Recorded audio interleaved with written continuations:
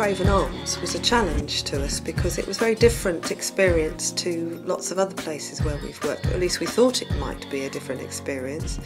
In fact, for us it was one of the most exciting places we've worked and probably one of the most successful projects that we've run as part of the Runga Rung tour.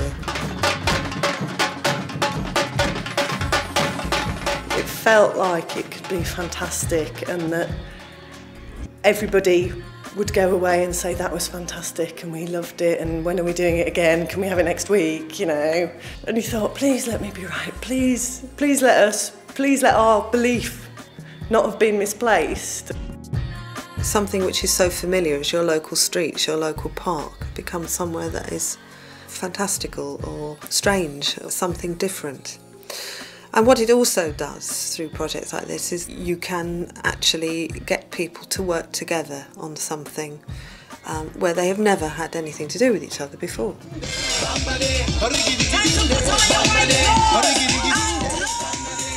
Bringing Runga Rung to Shropshire really gave us an opportunity to show young people that we're interested in creating events that reflect what they're into, because the culture they're into isn't just in Shropshire, it's worldwide, and that's what this show represented.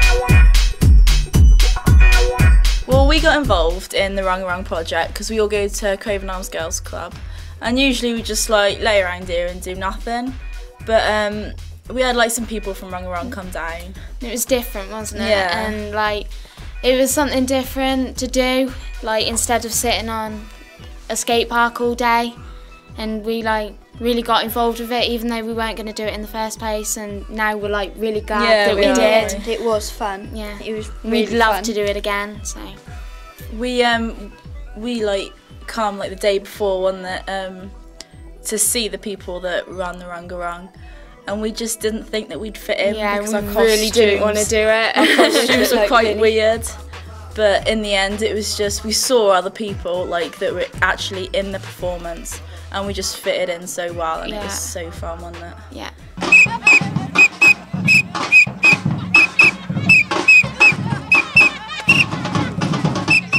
I'd been around all day that day in the build-up. We'd had the cast here preparing for the procession with their makeup and costumes. They'd had supper here first, so we'd got to actually speak to some of the cast and get to know them. And then when they all reappeared dressed, we couldn't recognise some of them, they were so transformed.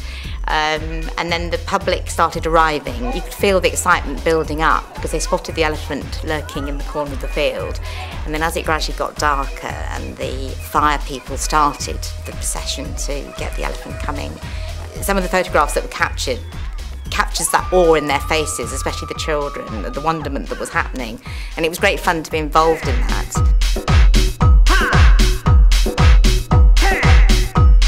Whole families were turning out and taking part in the procession, pushchairs and everything involved, and then just wandering down the streets. There was just that lovely atmosphere, and we've had lots of comments since that they felt that it had a real community atmosphere. One thing we noticed as a centre with the workshops was how quiet the children in particular were, because we've had lots of activity workshops in the past and it's always been quite noisy when we've got children, but they were so absorbed in what they were doing with the artists that we'd often forget they were still in the building for the couple of hours they were in. It was really good. Wow, look at this. Oh, look. Oh, that's the one I said. That's it. Anyone who'd been to the workshops, actually seeing the performers here and the professional guys doing what they did, I just think it was something out of this world. To be out and about late at night, walking down the street, seeing mad policemen on stilts and human Catherine wheels. For me, I just thought that sums it all up. I mean, yeah, professionals are brilliant, but just to see my community guys just participating in something like that. She's a policeman up the town. He waved me hand and I shaked his hand back to me. He held my hand tight and he said, "Thank you very much, Barbara." I said, "Bye-bye then. I'll see you again sometime." I didn't see him no more.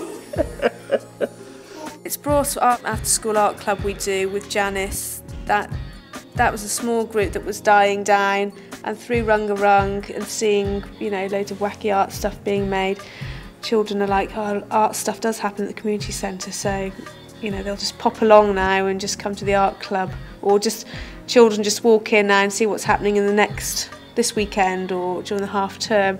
So, you know, the door's always open and they know that now.